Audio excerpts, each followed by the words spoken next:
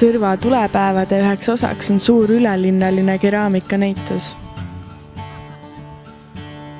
Sel nädalavahetusel käisid kunstnikud ja keraamikud tutvumas Tõrva linnaga, et leida sobivaid näituse paiku.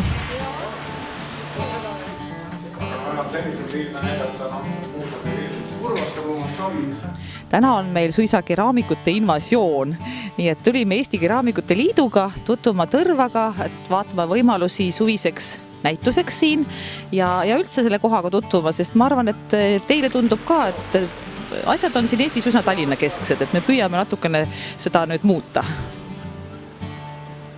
Praegu on meil plaanis teha see näitus 2 osas niimoodi, et ta peaks, selline sümboolne koondav nimetus praegu on Mikro-Eesti, Makro-Eesti.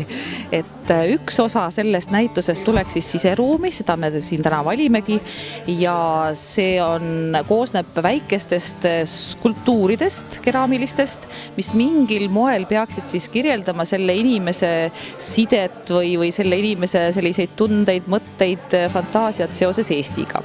Ja teine osa siis oleksid suuremad aiaskulptuurid, mis siis tuleksid siia Tõrva parkidesse või aedadesse. Aga kui palju neid tuleb, seda on kahjuks veel hetkel raske öelda.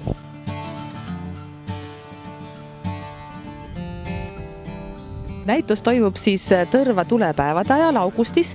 Eeldatavalt on praegu avamise kuupäev 8. august, aga seda me täpsemalt veel siis hõikame välja, kuskil seal ajal ta on. Ja jääb avatuks siis tõenäoliselt kusagil umbes nädalaks.